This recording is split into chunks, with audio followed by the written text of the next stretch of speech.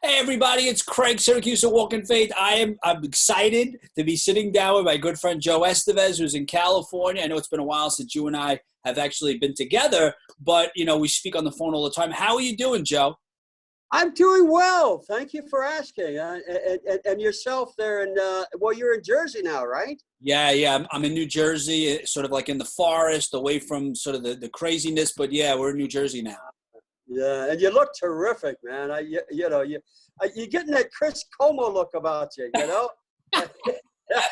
Thank you. I mean, the first couple of weeks, I was like everyone else, eating and just not really exercising. And then, it was like a vacation the first week in a sense. And now I'm like back to the routine of just, watching what I eat and going for walks and stuff like that.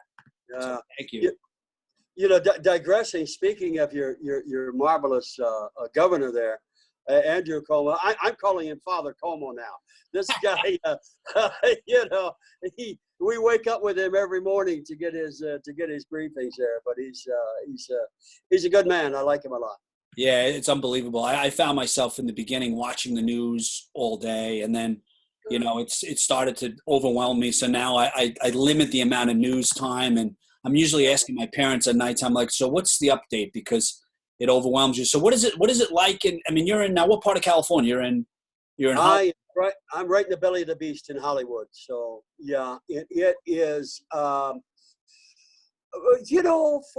my neighborhood here, it's very young and middle class, and 90% of the people are wearing masks and very respectful of other people. But no matter where you go, there's that 10% that just don't want to pay attention. What God say, it's willful ignorance, which is a little scary in these times. Yeah, I saw it too. We were like, sometimes I don't even know if it's true, but we looked at photos of Manhattan, and it was like it was a couple of the parks, and nobody had masks on. And then I even questioned to my wife. I said, "Are these even real photos?" Because you don't know. But I mean, by me, we're so spread out. I mean, we really don't run into anybody. I really don't run into anybody, Yeah. and so I haven't had that problem. But so now. Yeah. It's interesting because once you started talking about Hollywood, the first thing that comes to mind, right? I know most people know by now. I mean, you're obviously, world-class actor. I mean, you've probably been in a couple hundred films, TV shows, but the thing that keeps coming to mind. So, for me, let's say I do a lot of interviews, red carpet interviews, and I'm thinking now about the future of the business, right? What do you think's going to happen? I mean, let's just say we're doing a film. We have hundreds of extras, so many people interacting, the proximity, you're close to food, it's all buffet style. What is going to happen? Like, do you think Hollywood is going to have to follow specific CDC guide rules, or are they going to do temperature control? What is the future of the business? That's a great question that I think has no answer.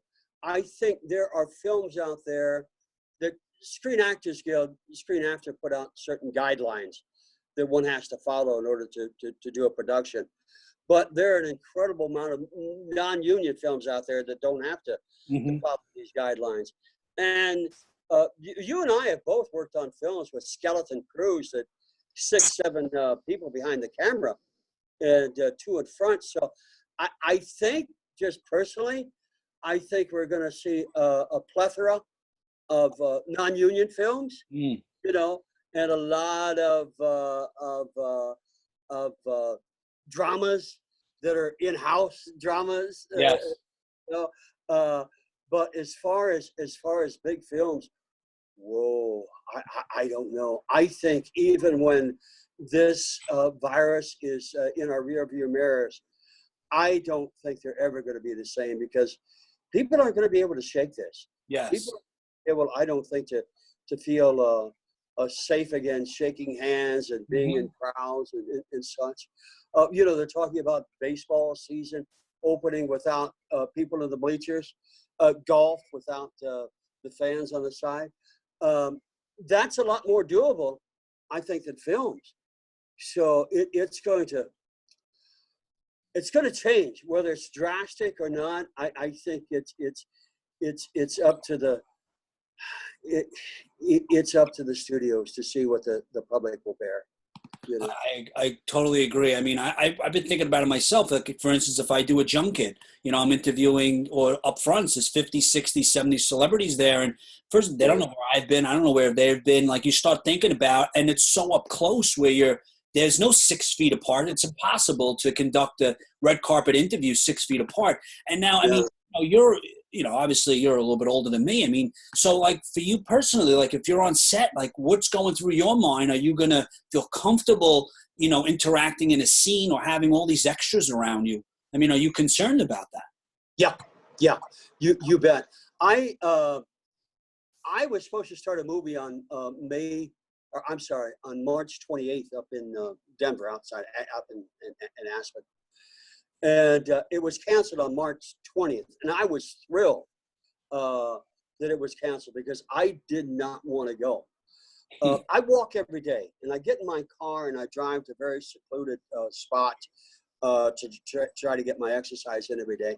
And I surprise myself how cautious I am to when I see somebody else coming down the street. Mm-hmm. Always a mask. I get as far away from them as I possibly can.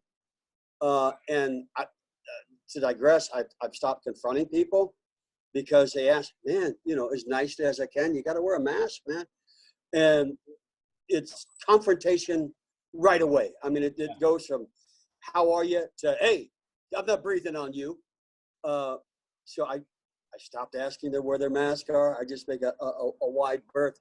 But I surprised myself in that how cautious I am. But I don't want to bring that home to my wife, my children. We have these yard meetings now where I'm on one end of the yard, my other daughter's on the other end of the porch, and we scream back at each other, and all wearing our masks. But I could not forgive myself if I brought this virus to my children or to my loved ones or a stranger on the street. Yeah. So as far as a movie set, I'm lucky. I can run the string out. I would never have to work again, and I'm financially I'm okay. For other actors that are in the prime of their career or they've got series going or whatever, boy, I think that I heard a man talking the other day that we are, by the fact of being born, you put yourself in harm's way. Well, okay, I understand that, but still, this thing is a killer, and I admit I'm afraid. Wow. I love your honesty, and I've noticed a couple of friends of mine in the business as well, voiceovers. They're actually sending them recording devices, and they're doing the voiceovers from home. And I've seen multiple documentaries now for the castings asking people to record the documentary or the pieces at home, and they're pretty much piecing it together. So I see there might be some changes. I don't know how they would do films. I mean, you're going to put a green screen in the living room, but yeah. Interesting to see the future of the business. But the thing that you and I have always connected on is obviously our faith. We both have strong commitments to Jesus Christ. Can you tell us, first of all, a little bit about your personal journey of faith? I know it wasn't always easy, but your personal journey of faith, and then how are you handling this right now? Because you put the news on, there's so much, you hear the enemy, you hear the noise, the politics, everything, and sometimes it becomes overwhelming. How are you staying stable in your faith during this pandemic? Well, a brief history about, like a lot of men in my 20s and 30s, I fell away from the faith, and I had a spiritual awakening in my late 40s, and I think on your network I did an interview about that I know no other way to say this, but that I was visited by the Holy Spirit, and it wasn't anymore that I believe that there is a God, but that I know that there is a God. And so I'm like the doubting Thomas. I was able to put my hand into the wound and realize that God is real. That God is real. So that is coming back to and I don't even want to say the faith, but coming back to a knowing. And with the pandemic, and we talked about this earlier about it, and I was gonna broach this with you, and then you had mentioned it first, but it is a time, and I'm paraphrasing with this, but I think Jesus Christ said, "Be still, be still, and know that I am with you." And I think with all the madness and with all the running around and with every second of our day being filled with this or that or this busy work or that, that's not there anymore. We have to come face to face with ourselves. And like you were saying, there's only so much news you can watch, so many stories you can read before you have to sit down, and it's mano a mano with yourself and with the God within you. And I think in that sense, this situation is doing us a great service, and us realizing, what are we doing here in the first place? Why were we born? Why are we on this earth? They say, we're spiritual beings having a physical experience, and I very much I go with that. But I think it has given me time to get back to who I am. I told you, we were going to do this interview last week, and I wanted to go to Solvang up and just and my wife and I usually go together, but I went alone and just stayed in a hotel a couple of days and just walked in the Solvang. I don't know for you folks in New York, but it's the closest thing as I can get to the east out here with the greenery, and it's just beautiful in the forest lands. And I went out into the forest and just parked my car and just sit and just let myself be with myself. I just clear my mind as much as possible. And tears come to my eyes. I mean, it's just this experience, this being here. And I just, I'm coming back, and I'm not, I said, thank you, God. Thank you. Thank you for this. Whatever, let me say this to you. Well, and I happen. I was very afraid. I went in earlier this week for a colonoscopy. And I was very, very afraid that I had cancer. And that was one of the reasons why I went on this trip. And so that was on my mind, that whole trip. And even with that, and thinking, this was a real possibility, and I meant thank you, God. Thank you for letting me be here. Whatever's coming down the pike, whether I got this or it's something else, give me the strength to handle it for this day, though, and for this time. Thank you. Wow. So I don't know if it weren't for this virus that I would have had that time to go up there by myself. And I didn't tell anybody about this. But anyway, I had the colonoscopy, and it was some other things that weren't pleasant. I never thought I'd celebrate what is wrong with me, but you don't get to be 74 years old without but it wasn't cancer, and I'm thrilled. But that was one of the reasons why I was up there, and it was my coming closer to Christ. Wow. Well, I'm very happy to hear that it's not cancer. But as am I. yeah, I mean, we could definitely celebrate.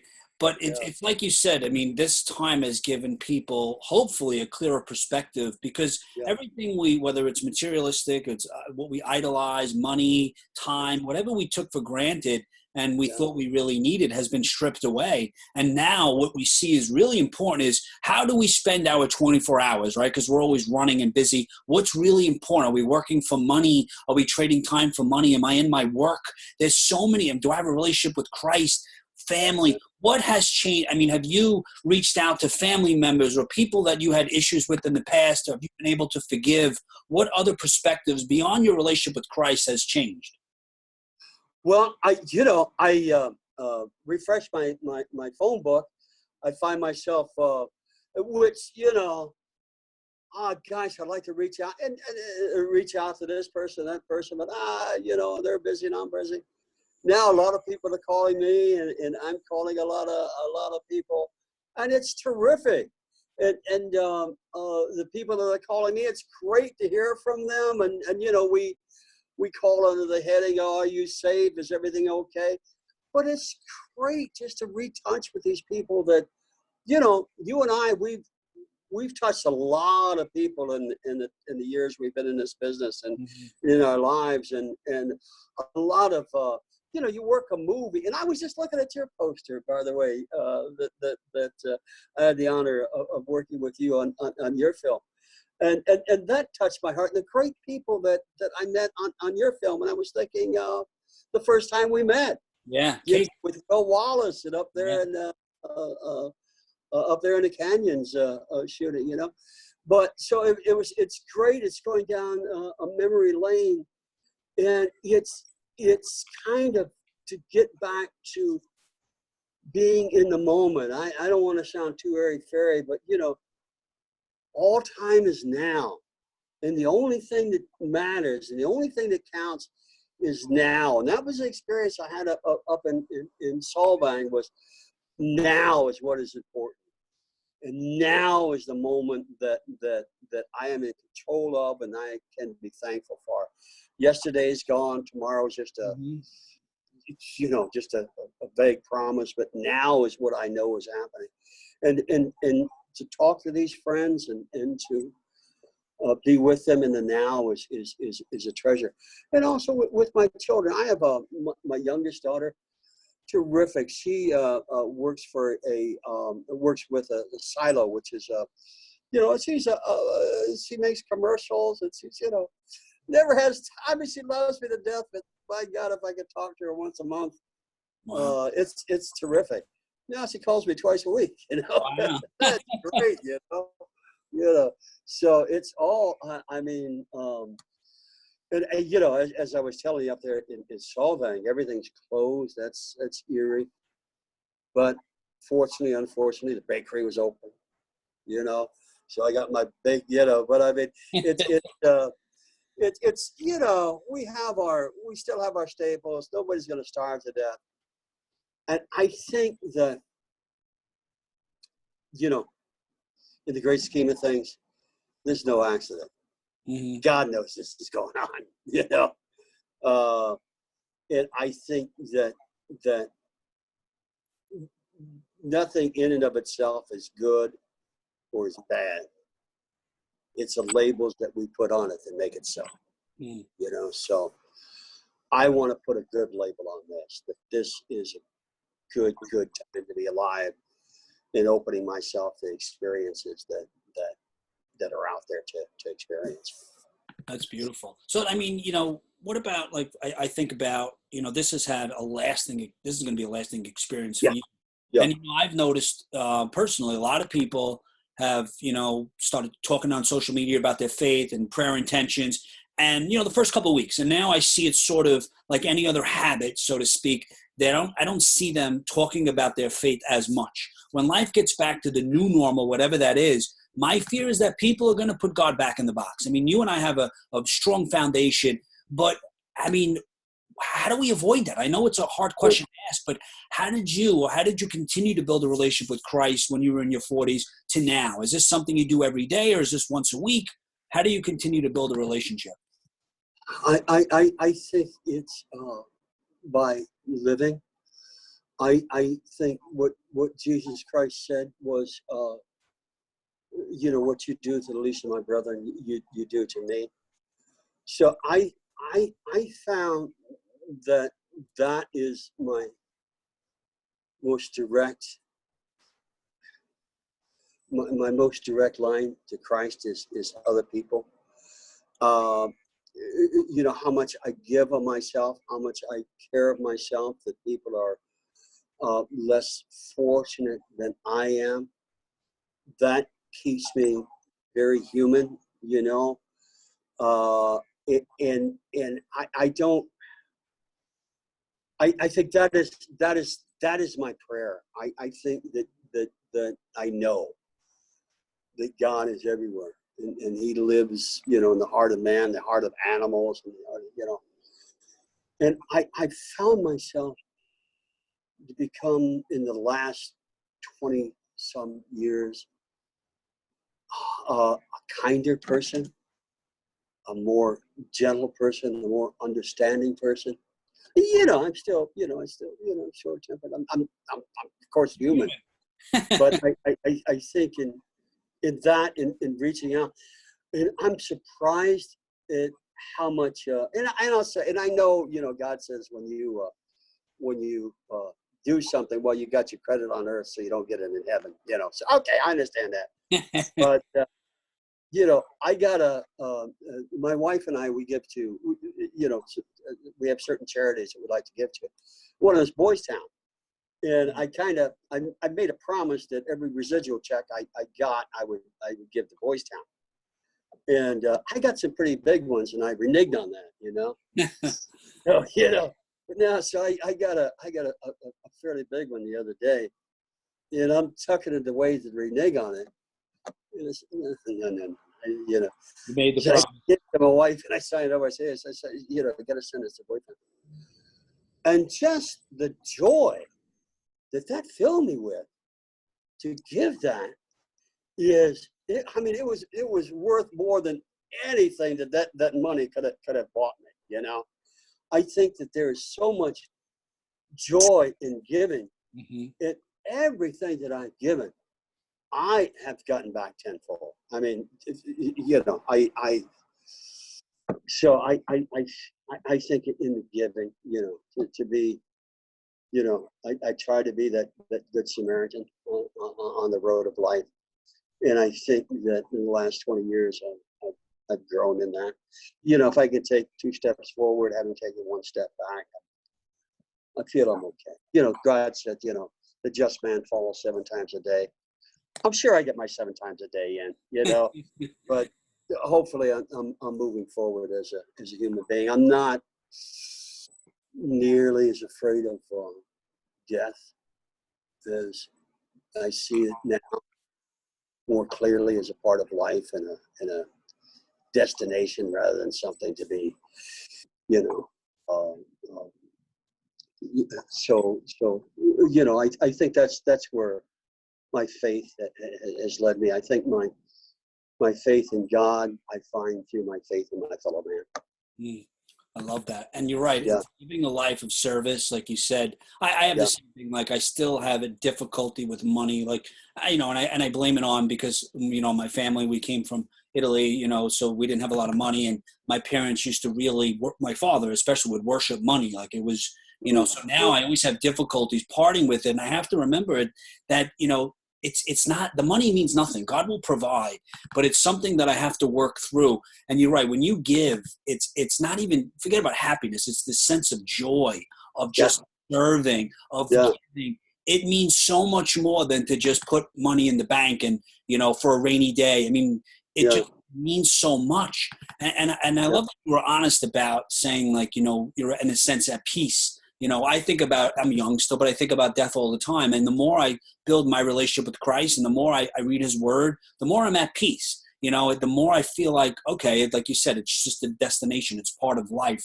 So what are some of the things when life gets back to the new normal that you learned during this experience that you're going to take with you and that you're going to share with other people? Let me digress on that just a second, but a shout out to you. Well, you taught me a lesson when the sales media was your future there was sketchy, and I know, you know, you got a wife and a child, you got a house payment. You have incredible responsibilities, much more responsibilities than I do. And when you were going through this turmoil, and I'm sure to a certain extent still going through it, you said you're putting it in the hands of Jesus Christ. You're putting it in the hands of God. And I said, wow, here's this young man with his whole life in front of him. And, he put all his stock in this network that you lead. You're the leader of this network. And here there's, the proverbial rug being pulled out from under you. And just the calmness that you had that, I'm putting my faith in God, and God was going to provide. And in a sense, God did. Yeah. And I thought, my God. So with you, taught me a very profound lesson about faith. So so what I think I'm going to take away from this is, and I hate to be negative about this, but how many people there are in this world that are very self-serving. They're very selfish. And that how is it maybe to reach out to these people and to bring them into some kind of fold about understanding what life is really about, instead of this nonsensical idiocracy that you see is happening in Michigan and all over the country and all over the world about, give me freedom or give me death nonsense.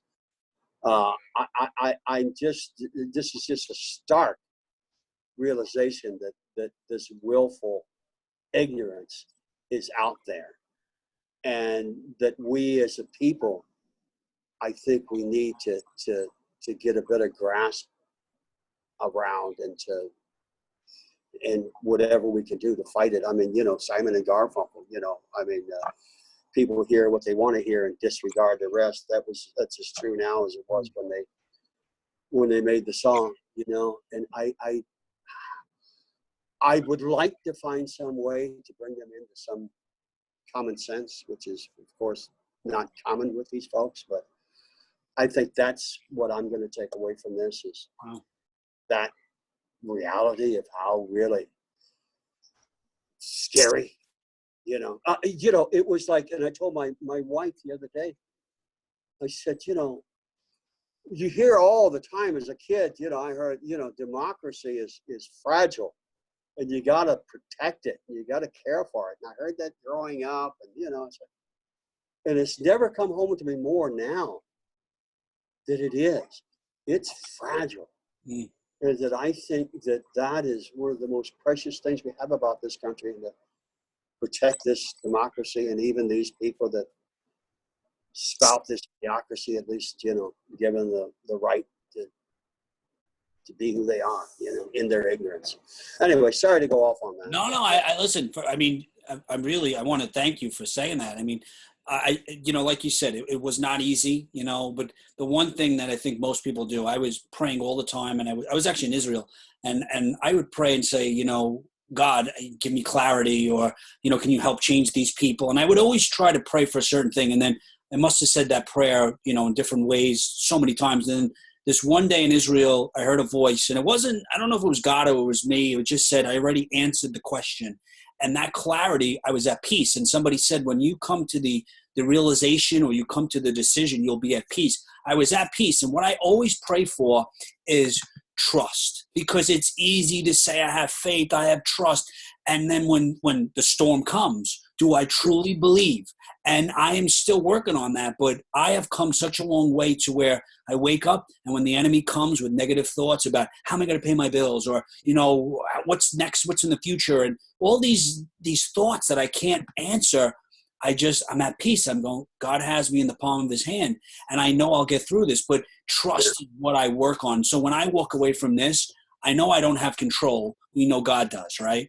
I will have full trust in God. I don't need anyone. I can continue to do my videos online. I don't need a network. I don't need anyone. All I need is my Bible, and I need a computer, because the message still get out there. And if I can impact one person, I've done my job.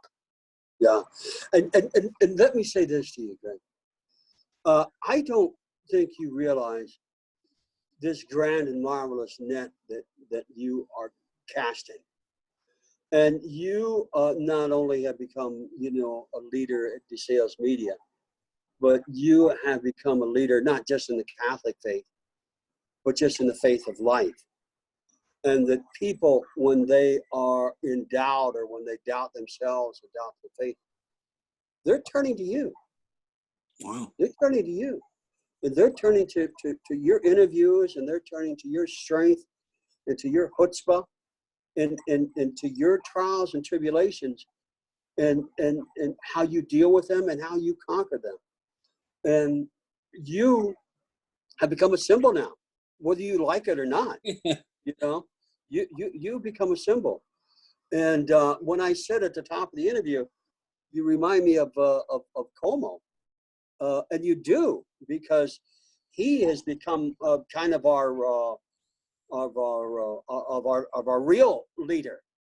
Because this country now, in my opinion, anyway, doesn't really have somebody at the helm. And the one that we're looking to really would tune in. I started calling him Father Como this morning. What's Pappy Como saying today? But I think in that same breath, people are looking to you.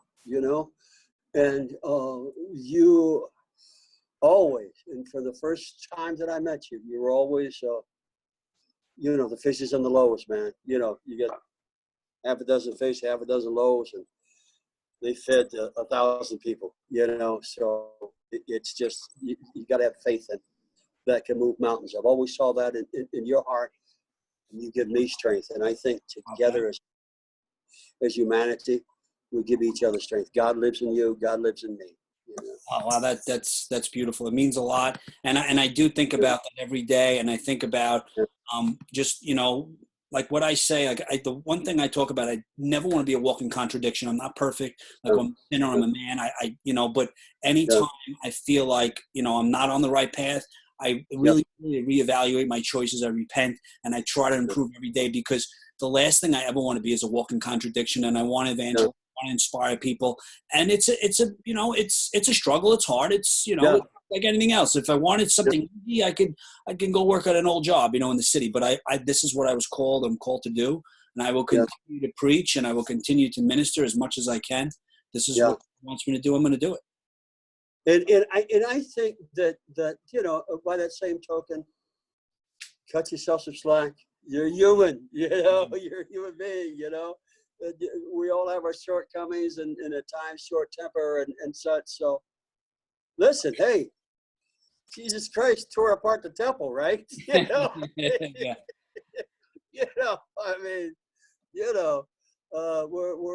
We're human beings here. So cut yourself some slack. You're a good man. Thank you so much. Man, and you are loved. You don't realize the people that love you and respect you and look forward to talking with you. Oh, Joe, I'm going to go and really reflect on what you said, because it means a lot, Joe. Please say hello to everybody, your family, your brother. Yeah. Wish everyone, my best, your wife, of course. And then I will speak to you again this week, because we usually speak about once a week. Joe, It's always a pleasure, guys. I hope you enjoyed today's episode. My good friend, Joe Estevez.